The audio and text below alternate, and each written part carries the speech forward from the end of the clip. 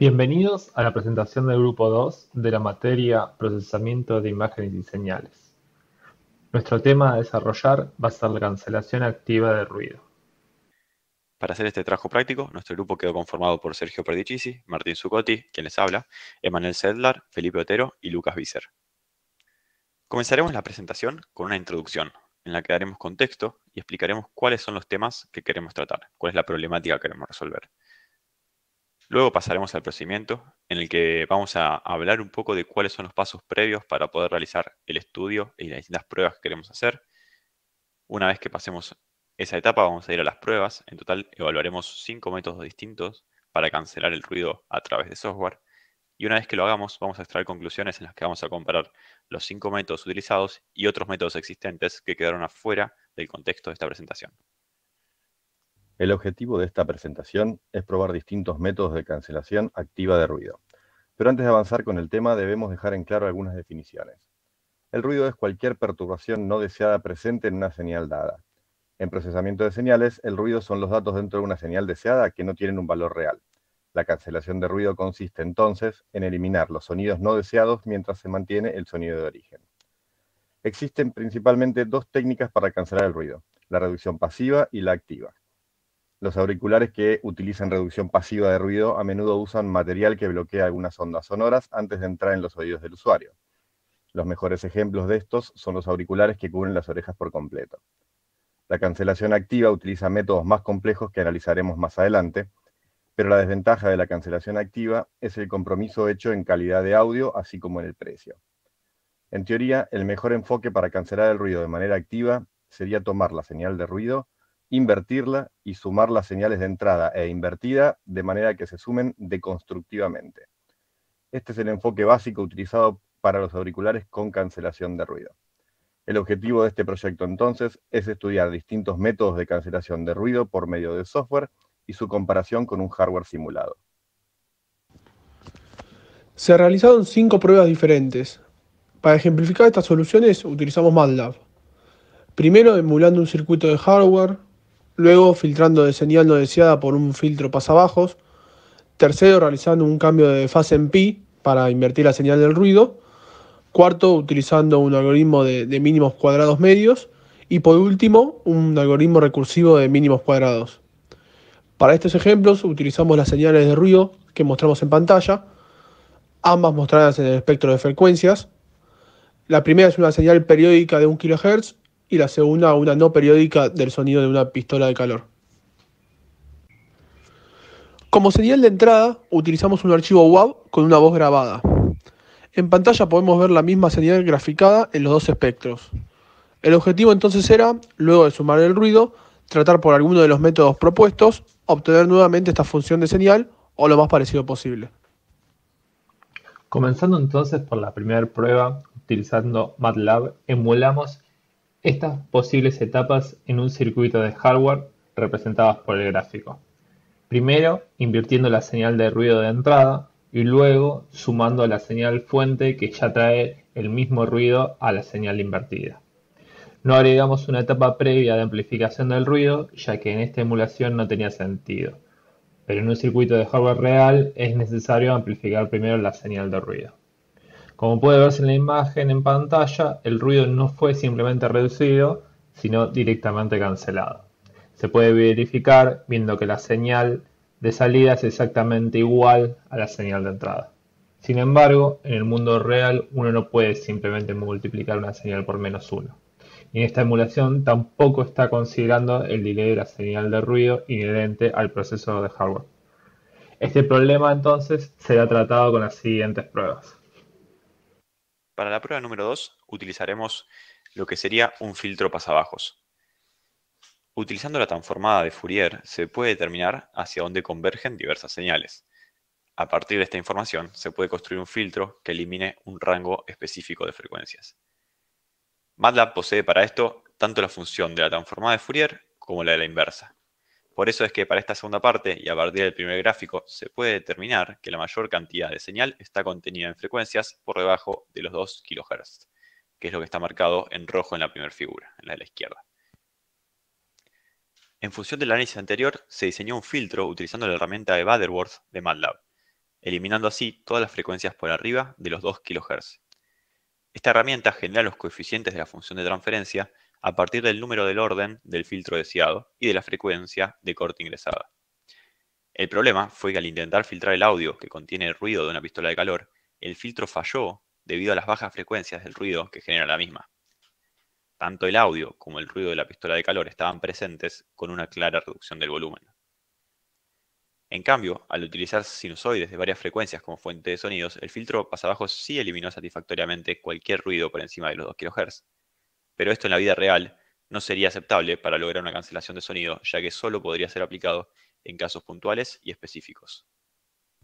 Como se dijo en la prueba número 1, aunque el método que emula hardware cancele completamente el ruido, no es algo que se pueda aplicar en el mundo real. No podemos simplemente multiplicar una señal por -1.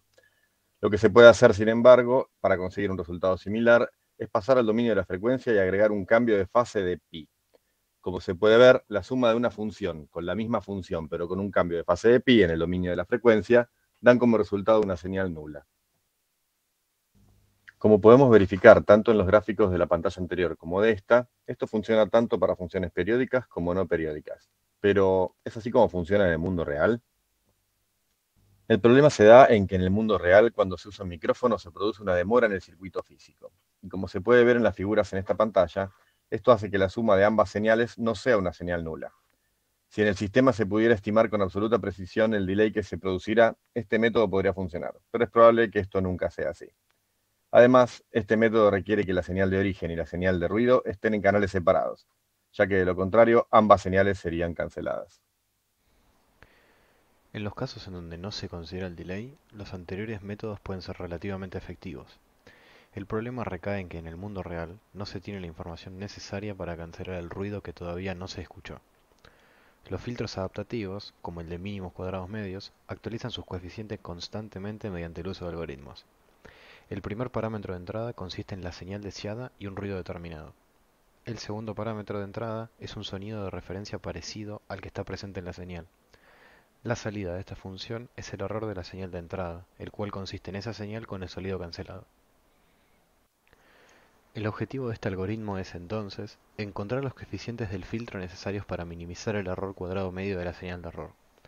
Sus parámetros de entrada son orden del filtro, tamaño del paso y longitud de la señal. El orden del filtro afectará la calidad de la cancelación del sonido. Un orden mayor eliminará sonido más rápido, pero con un costo mayor. En los gráficos podemos ver el error en función del tiempo, según introducimos o no un delay en la señal de referencia para el caso de un ruido periódico. El tamaño del paso entre los coeficientes del filtro determinará qué tan bien el ruido es cancelado. Idealmente, se requiere un tamaño de paso pequeño para obtener el menor error entre pasos. El error cuadrado medio es una herramienta útil para estimar la diferencia entre valores reales y un set de valores estimados en base al real. Como resultado de este experimento, se deja evidencia que utilizando una entrada sin delay resultará en un error cuadrado medio decreciente a lo largo del tiempo, sin importar la periodicidad del ruido de la señal. En el gráfico de la izquierda se puede observar que, al utilizar la misma señal periódica como ruido y como referencia, se obtiene una señal de salida casi perfecta. Por otro lado, el uso de la misma señal no periódica como ruido y como referencia logrará que el filtro adaptativo minimice el error, pero no hasta lograr un ruido periódico.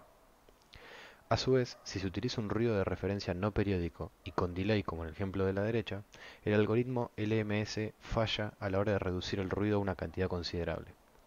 Incrementar el orden del filtro demostró reducir el ruido de forma rápida. Sin embargo, un incremento en el tamaño del paso reduce la calidad de sonido de la señal de error. Otro filtro adaptativo que es muy usado para la cancelación de ruido involucra el uso del método de mínimos cuadrados recursivo.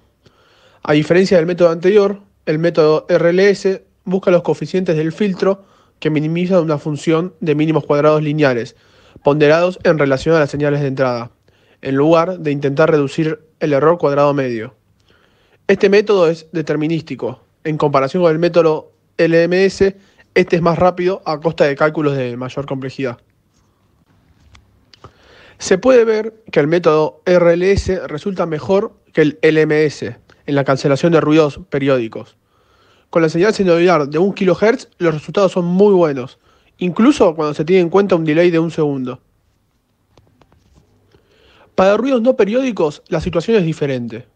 Aunque RLS funciona muy bien cuando no se produce una demora en la señal del ruido, el mismo no da un buen resultado cuando la demora es tenida en cuenta. Comparando entre los enfoques de hardware y de software para cancelación de ruido, deducimos que el enfoque de software es mejor. Muchas de las desventajas del hardware no están presentes en el software. Prácticamente no existen las demoras inducidas y los tiempos de proceso son extremadamente rápidos. De los métodos de software probados, el más performante fue el RLS. La cancelación del ruido para señales periódicas usando este algoritmo es casi perfecta, creando una señal de salida clara, así como también dio excelentes resultados para ruidos no periódicos sin delay. Sin embargo, no tiene tan buen rendimiento cuando el ruido no es periódico y presta cierto delay. Como pudimos ver, ambos métodos, software y hardware, reducen el ruido, aunque el hardware real, a diferencia del emulado, lo atenúa sin llegar a cancelarlo por completo. Sin embargo, a diferencia del método de software, por medio del hardware, podremos realizar la cancelación activa en tiempo real, siendo el ruido cancelado mientras se produce.